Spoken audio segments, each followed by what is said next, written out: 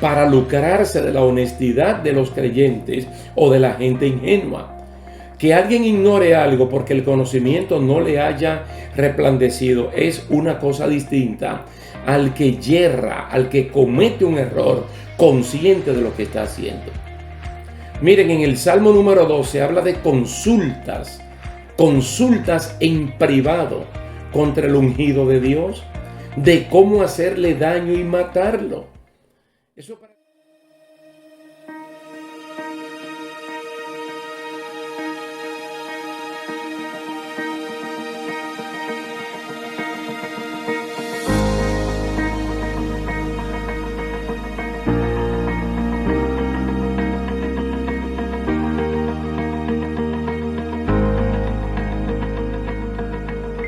¿Qué tal, queridos hermanos? Dios me le bendiga, Dios le guarde. Es un placer estar con ustedes una vez más en la continuación de esta serie de estudios bíblicos acerca de la apostasía. Hoy vamos a hablar de que los falsos agradan a la gente. La intención de ellos es agradar a la gente. Y hay mucha gente que, como han apartado el oído de la verdad, quieren escuchar palabras que también le agraden. Vamos a sustentar el capítulo de hoy en Primera de Tesalonicenses, capítulo 2, versículo 3 al 6. Primera Tesalonicenses, capítulo 2, 3 al 6. Nuestra exhortación no procedió de error ni de impureza, ni fue por engaño. Al contrario, si hablamos es porque Dios nos aprobó y nos confió el Evangelio. No procuramos agradar a los hombres, sino a Dios, que prueba nuestros corazones. Porque nunca usamos de palabras lisonjeras, como sabéis, ni encubrimos avaricia. Dios es testigo. Tampoco buscamos gloria de los hombres, ni de ustedes, ni de otros, aunque podíamos ser carga como apóstoles de Cristo. Tremenda palabra del apóstol Pablo, donde inmediatamente clarifica cuáles son sus intenciones al hablarle a los hermanos de Tesalónica. Y al mismo tiempo clarifica cuál es el origen o fuente de la autoridad que le confió esa palabra. No buscando el agrado o aprobación de la gente en lo que decimos, sino el obedecer a Dios, que es la persona que conoce y prueba los corazones. Mire qué cosa tan importante, porque Pablo aquí con esta carta está marcando distancia de esta gente falsa que no obedecen ni le agradan a Dios, sino a la gente. Cuando Pablo remitió, por ejemplo, la durísima carta a los hermanos Gálatas, en las cuales les dijo más de una vez, insensatos, por su pésimo comportamiento de abandonar el camino del Espíritu para seguir el de la carne y de la religión, en un claro acto de apostasía, en Gálatas capítulo 1, versículo 10, Pablo dijo, busco ahora el favor de los hombres o el de Dios. Si él hubiese estado buscando el favor de los hombres, agradarle a la gente, como hacen los falsos, él no hubiese remitido esa carta a los hermanos en Galacia. Y de haberlo remitido, obteniendo la inspiración del Espíritu Santo, la hubiese modificado para quedar bien con la gente y mal con Dios. Él dice, busco ahora el favor de los hombres o el de Dios. O trato de agradar a los hombres. Pues si todavía agradara a los hombres, no sería siervo de Cristo. Y esto es muy importante, hermano, porque es que el Señor llama a hombres y mujeres para una tarea. Y entonces cuando Dios llama, entonces lo está haciendo en confianza. Porque Él cree, Él confía que usted y yo no vamos a degradar el Evangelio ni en la predicación ni en la vivencia. Porque no andamos buscando agradarle a la gente, sino obedecerle a Dios. Entonces ya está claramente establecido en su palabra que cuando una persona le obedece a Dios, le agrada a Dios. Dios como Padre se siente muy contento. Las palabras lisonjeras, que es un término muy popular en el Antiguo Testamento, especialmente en Proverbios, son palabras populares y son aquellas que suenan bien al oído del público. Todo lo mencionado aquí es como una fotografía que recoge absolutamente el cuadro de los falsos creyentes que agradan a la gente. Es decir, todo lo que se menciona en 1 Tesalonicenses capítulo 2 versículo 3 al 6. Él está hablando de que la exhortación de Pablo hacia los hermanos tesalonicenses no procedió de error, no procedió de impureza, no fue por engaño. Dice, nosotros hablamos porque Dios nos aprobó y Él nos confió el Evangelio. Oye, si con seres humanos uno trata de no violar la confianza, ¿qué no será con Dios que nos confió el Evangelio? Nosotros no tenemos que modificarlo, no tenemos que cambiarlo para agradarle a la gente, para que le suenen bien al oído las palabras. El mensaje hay que darlo tal y como el Señor quiere que uno lo dé. Entonces estas palabras lisonjeras suenan muy bien al oído de las personas. Mire, la exhortación de los fraudulentos, de los engañadores, es para engañar precisamente. Entonces, ¿cómo lo van a hacer? Con impureza y con error. Ellos usan bien palabras entresacadas de la Biblia para hacer sentir bien a la gente o al público, para agradar con lisonja, escondiendo de esa manera su real intención, que es la avaricia. Perdón, y la fama. Oiga bien, avaricia y fama. Porque cuando entresacan estas palabras y a la persona le agradan, las personas se encargan de una vez de difundirlo entre amigos y compañeros y estas personas se creen famosos. Pablo marcó la diferencia inmediatamente y se alejó de aquellos que querían acusarlo de ser uno más de los engañadores. Pero él afirmó lo siguiente con una cita de 1 Timoteo capítulo 1, versículos 5 y 6. La repito porque hay hermanos que le gustan anotar. 1 Timoteo capítulo 1 versículos 5 y 6. Él dice, el propósito de este mandamiento es el amor nacido de corazón limpio. Y estas son las palabras que es que no la podemos olvidar, hermanos. El propósito de la exhortación, el propósito de la predicación, el propósito del consejo que te da tu pastor, tu pastora, es del amor nacido de corazón limpio, de buena conciencia y de fe no fingida. Son tres elementos espirituales de capital importancia que tienen que estar en la vida de todo creyente y especialmente de los líderes que el Señor les ha confiado la palabra. Amor nacido de corazón limpio. ¿Tú sabes lo que es un corazón limpio? Primera de Pedro capítulo 3. Cuando está hablando de los adornos exteriores, comenzando por el pelo, el vestido y las joyas, especialmente en mujeres, él dice que ese no debería ser el foco de atención, sino el de un corazón limpio, ornato. Algo, mire, que aunque uno sea pobre o humildad en términos de pobreza, pero que sea limpio de corazón, que tenga una buena conciencia y que practique una fe no fingida.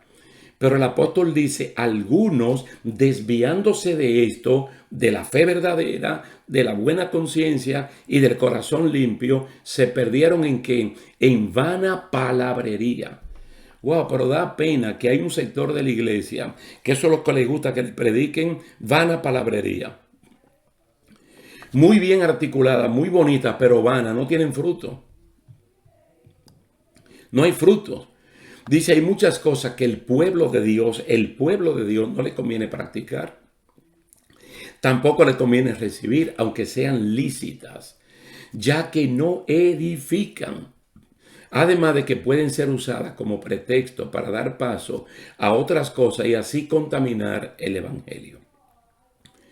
Escribiendo a los Corintios, en 2 ocasiones, Pablo dice, no todo lo lícito me conviene, porque no todo lo lícito edifica.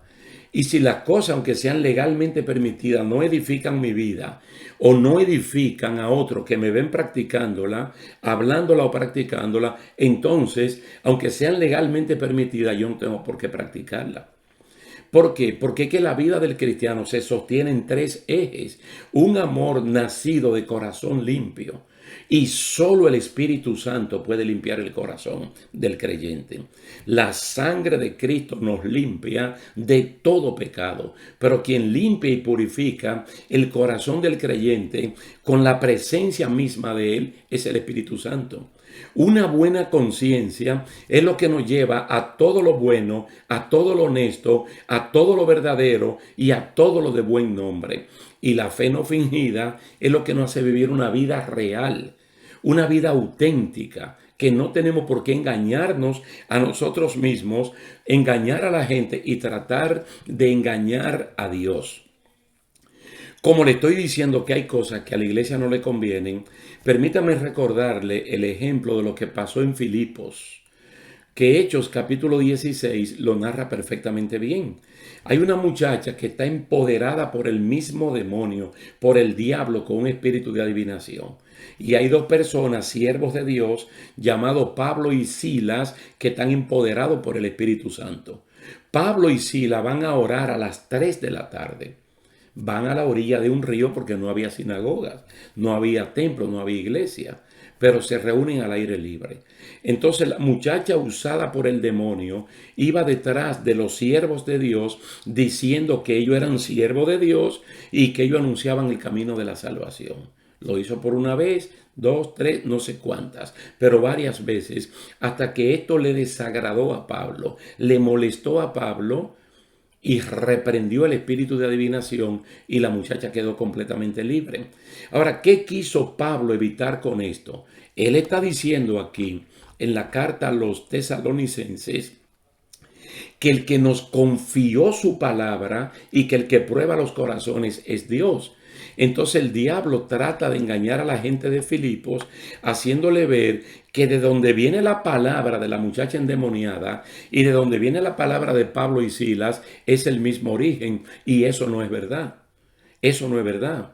Entonces, una buena palabra en boca del enemigo sigue siendo una buena palabra, pero el origen no es de Dios. El origen es del enemigo, que lo que quiere es confundir, lo que quiere es engañar. A Pablo le disgustó esto, reprendió el espíritu de adivinación para que no siguiera diciendo que ellos eran siervos de Dios que anunciaban la salvación. ¿Sabe por qué? Porque no es saludable recibir el reconocimiento de parte del enemigo de la justicia, porque eso no edifica, eso es lo que hace que confunde. De esa manera, esto es un pretexto para que el resto del mundo vea que es todo lo mismo y que nada es diferente. Sabe que el mundo que no es cristiano usa con destreza las artimañas del error. Lo mismo le pasó al Señor Jesucristo. Cuando él enfrentaba a un demonio, lo mandaba a callarse la boca inmediatamente. Porque lo que primero decía era: yo te conozco, Jesús, yo te conozco, tú eres el Altísimo, tú eres el Santo, tú eres el Cristo. Y decían una gran verdad, pero Cristo los reprendía inmediatamente. Porque a la iglesia de Dios esto no le conviene. La conveniencia de la iglesia está en que el mundo reconozca que somos cristianos, auténticos, y que esa autenticidad los lleve de regreso a los pies de Cristo. Que el reconocimiento estribe en que el mundo, después de oír la maravilla de Dios a través de nosotros o de ver la buena conducta nuestra, pregunten: ¿y qué hay que hacer para uno ser salvo? A la iglesia, tanto a Jesucristo como al apóstol Pablo, a Silas, le conviene que su reconocimiento venga de Dios y no de los hombres. Mira, aquí hay una palabra que a mí me motiva y yo la veo como si fuera mi diario vivir. Que sea Dios mismo que en un momento determinado le pueda decir a un siervo de Él, sea un cantante cristiano de renombre, sea un ministro, sea un diácono, sea un sencillo servidor de la iglesia, que en un momento dado el Señor lo lleve a esa alfombra roja, a ese momento estelar y le diga: buen siervo, fiel y verdadero, buena sierva, fiel y verdadera, en lo poco fuiste fiel, en lo mucho te pondré. entra en el gozo de tu Señor. Yo creo que no hay un reconocimiento más grande que el que Dios te pueda dar, más que un Grammy, más que un Oscar, más que un Cassandra, más que un premio Nobel, más que un premio Asturias. No hay premios como eso, porque la iglesia debe tener cuidado de que su reconocimiento no venga del mundo, sino que venga de parte de Dios. Buen siervo, fiel y verdadero. En lo poco tú me fuiste fiel, en lo mucho te pondré. Entra en el gozo de tu Señor. Yo creo que parte del motivo por el cual Pablo mandó la carta a los filipenses fue para decirle hay que dejarlo todo con tal de obtener el premio del supremo llamamiento. Y es que Dios nos diga esa palabra, entra en el gozo de tu Señor. ¿Y por qué? Porque en lo poco fuiste fiel, en lo mucho te pondré. Mire, hablando de reconocimiento, es Pablo el que aborda el término alabanza, el término reconocimiento, y lo hace en dos sentidos. Yo creo que en un capítulo anterior yo lo mencioné, pero no está de más recordarlo justo en este punto. Mire, el primero de estos términos, la palabra judío, que viene de Judá, significa alabanza. Esto quiere decir reconocimiento humano. Y esto deriva de Judá, el cuarto hijo que tuvieron Lea y Jacob. Fue Lea que le puso a este niño varón Judá, diciendo, ahora mi marido se unirá conmigo, ahora te alabaré. Hay un cántico allí en Génesis 29, 35. Entonces, judío es una alabanza, es un reconocimiento que viene de los hombres. En este caso viene de la madre. Y se manifiesta en la circuncisión en el cuerpo. Esto hace del creyente un exhibicionista, porque tiene que presentar una cualidad interior que es la circuncisión. Entonces puede recibir trofeos, puede recibir premios, puede recibir alabanza, puede salir en primera plana de la sección de farándula y se convierte en una celebridad. Pero ¿de dónde viene esa alabanza? De los hombres. Y hay que tener mucho cuidado cuando el ser humano comienza a alabar la iglesia o alguno de sus miembros. Ahora, en segundo término, Pablo usa para describir el origen del reconocimiento, el que proviene de parte de Dios y también parte del corazón, no de la circuncisión, en el miembro viril. Entonces, en Romanos capítulo 2, versos 28 y 29, él lo expresa de la siguiente manera. No es judío el que lo es exteriormente, ni es la circuncisión la que se hace exteriormente en la carne, sino que es judío el que lo es en lo interior. Y la circuncisión es la del corazón, en espíritu, y no según la letra. Escuchen esto, la alabanza del tal no viene de los hombres, sino de Dios. Entonces él te explica de una vez que hay dos tipos de judíos, hay dos tipos de Judá. Aquel cuya alabanza viene de los hombres y aquel cuyo reconocimiento viene de parte de Dios. Entonces, ¿quién tú quieres que te reconozca? ¿Dios o el hombre? Dios.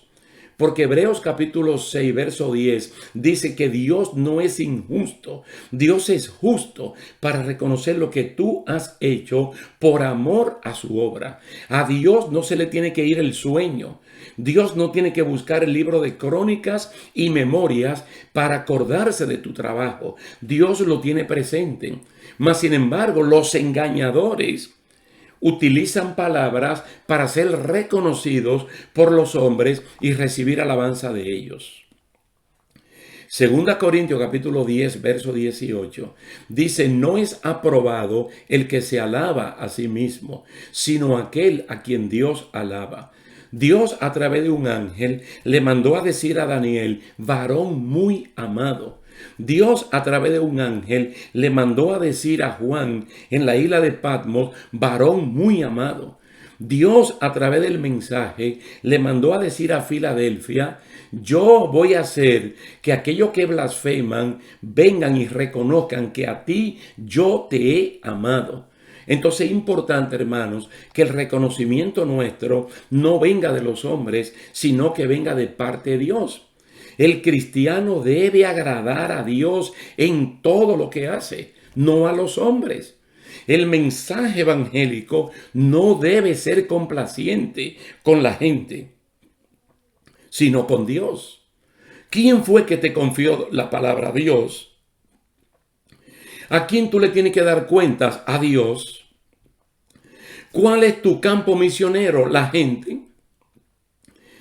Entonces, en lo que nosotros obedecemos a Dios, podemos ser útiles a las personas, porque le vamos a llevar un mensaje que lo puede cambiar, lo puede transformar, lo puede convertir. Todo esto significa que cuando nosotros le obedecemos a Dios, tenemos cuidado de respetar a las personas, no obligarlos para que ellos hagan lo que ellos no desean hacer. Que tampoco por lucro nosotros prediquemos el evangelio. No podemos hacer esto. Mire, cuando Pablo menciona que no encubrimos la avaricia, da claramente a entender que ese era un proceder normal de los falsos cristianos, de vestirse con una apariencia de piedad como los fariseos y los saduceos y tener un corazón podrido, cargado de gusanos. Él dice, nosotros no encubrimos avaricia, dando claramente a entender que el proceder de los falsos era ese. Daban una apariencia, pero con la avaricia escondida. Mire, lo hizo Acán, como lo dice Josué capítulo 7, y lo hizo Giezi, como lo dice Segunda de Reyes capítulo 5. Cuando uno analiza la vida de Acán y la vida de Giezi, uno dice, esos dos tipos fueron dichosos. Porque tuvieron dos líderes que les influenciaron lo que es el carácter de verdaderos cristianos. Josué, un hombre pulido, curtido en la integridad y en la honestidad. Entonces él es el jefe de Acán. Y Acán, viendo el estilo de vida de Josué, debió dejarse influenciar. Porque un líder es aquel que influencia básicamente en carácter. Giezi, teniendo a Eliseo como un tremendo líder, un hombre honesto, íntegro y que avaricia no tenía por ningún lado. Mas sin embargo, ¿qué hicieron Acán y Giezi? Que la avaricia que ellos tenían escondida en el corazón la manifestaron en el momento oportuno. Acán, cuando vio los lingotes de oro, los mantos babilónicos, codició esto, lo tomó, lo llevó a su casa y lo escondió. Finalmente perdió lo que no se robó, perdió lo que se robó, perdió la vida y perdió la familia. Giezi perdió absolutamente todo porque perdió su salud debido a que la lepra que tenía Naamán se le pegó a él y generacionalmente se iba a quedar con todos sus descendientes como una marca indeleble de haber codiciado lo que no tenía que hacer. Entonces, el cuidado que nosotros tenemos que hacer es un cuidado que ya está planteado, hermano, en teoría y en práctica en ambos testamentos de la palabra del Señor. Aquí sale a relucir el caso de Micaías, hijo de Imla. Micaías, hijo de Imla, le tocó profetizar en un tiempo que prácticamente él era único. Y por otro lado habían profetas por centenas de profetas falsos. Entonces, cuando 400 o 500 profetas están diciendo una cosa y tú dices lo contrario, el raro como que eres tú. Y es como que si los malos fueran los buenos, el que no tiene la razón como si la tuviera. Entonces ellos profetizaban en el nombre de Jehová. Diciéndole a dos reyes, vete a la guerra y tú vas a capturar a Ramot de Galaad porque Jehová está contigo. Entonces hubo un rey que dijo, pero no hay por aquí un profeta de Jehová que podamos consultar. Y le dijeron, está Micaías, hijo de Imla, pero a mí no me agrada, dijo Acab. ¿Por qué no le agrada? Porque el tipo decía la palabra de Dios. Si hubiese sido un falso, le hubiese agradado al oído. ¿Qué le agradaba a él? El mensaje de las otras personas, porque hablaban palabras para caerle bien al rey. Entonces el otro rey dijo, no hable así, lo mandaron a buscar. Cuando ya viene en camino, ¿qué le aconsejan? Profetice igual que los demás. Ahora, ¿qué dice Micaías, hijo de Imla? Yo solamente digo lo que Dios me diga que tenga que decir. Un tipo íntegro que solamente responde a Dios, que no es un falso. Entonces el cristiano verdadero tiene que estar dispuesto a vivir. Primera de Pedro 2, 3 y 4. ¿Qué es lo que tiene que vivir allí? Sufrir como una persona que actúa correctamente y no como un malhechor. Porque el malhechor no sufre en el sentido de que dice cosas que a los demás le agradan. Vámonos a esa gran persona, Jesucristo, nuestro modelo, nuestro dechado. Él dijo en Juan 5:41 que él no buscaba ni recibía gloria de los hombres. Y hay que pensar muy bien. Cuando nosotros estudiamos Marcos y vemos los primeros 10 capítulos de Marcos, vemos a Cristo que ha hecho una cantidad innumerable de milagros a favor de la comunidad. Mire, ha sanado enfermedades de todo tipo. De todo tipo. Ha obrado sobre la naturaleza. Ha reprendido todo tipo de demonios, incluyendo demonios que solamente salen con ayuno y oración. Ha hecho milagros de multiplicar panes y peces. Entonces hay muchas personas que se sienten agradecidos y van y le dan las gracias. Incluso cuando sanó 10 leprosos, vino uno a dar las gracias. Y él se quedó esperando que los 10 vinieran solo a decir gracias. Por lo menos a decir gracias. Esto no significa que lo que él hacía era buscando el favor de la gente. Era buscando gloria de la gente. No. Él lo estaba haciendo como un servicio, como una administración al estilo Isaías, capítulo 61, a favor de la gente. Pero no era buscando gloria. De tal manera que dice el Evangelio de Juan, que cuando él multiplicó los panes y los peces para 5,000 personas, intentaron ponerlo como rey. Pero Cristo se fue de allí porque él no vino a buscar eso. Y lo dice en Juan 5:44. Reprendió a quienes buscaban el reconocimiento de los hombres y no el de Dios. Porque es que cuando uno intenta buscar el reconocimiento de los hombres, ya el mensaje será complaciente. Y el mensaje nuestro tiene que ser un mensaje que incomode al oyente. Muchas veces hasta el mismo cristiano, que se sienta tan incómodo en la banca que tenga que pasar al frente y poner su vida a cuentas con Dios, que es lo que realmente importa. Mire, finalmente yo le puedo decir, en base a una carta a los Corintios, la primera, cuando Pablo está hablando de la Pascua. La Pascua para el judío lo representaba todo, porque era su liberación de la esclavitud egipcia de 430 años. Entonces, todos los elementos que conformaban la cena de la Pascua tenían un componente espiritual.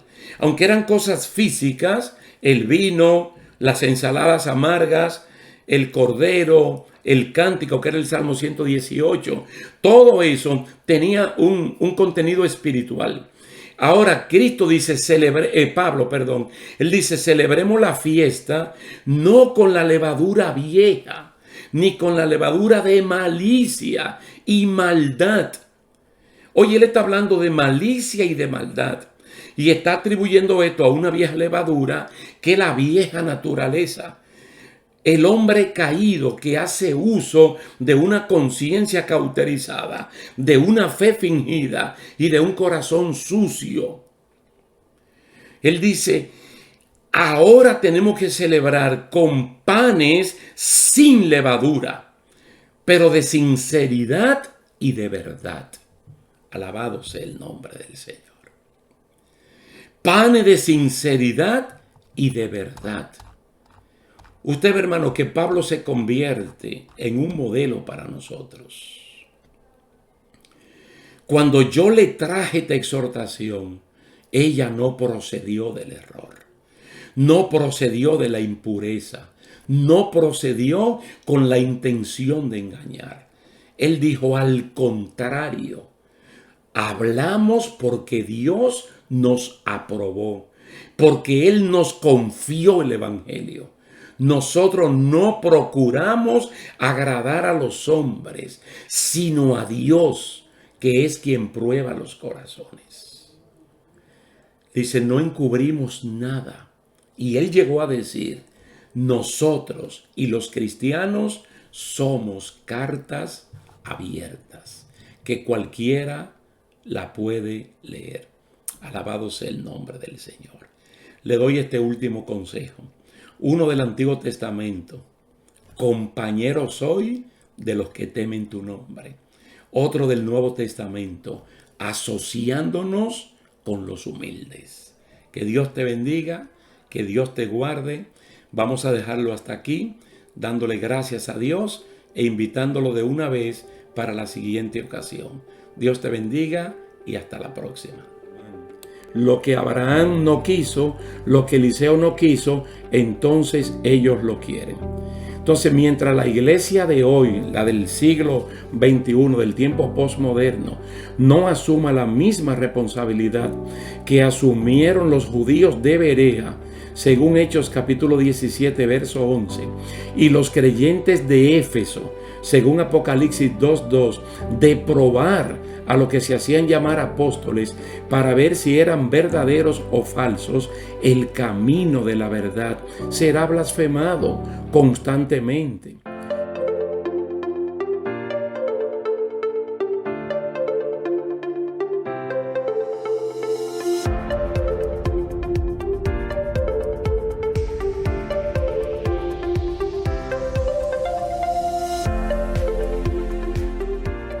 Constantemente.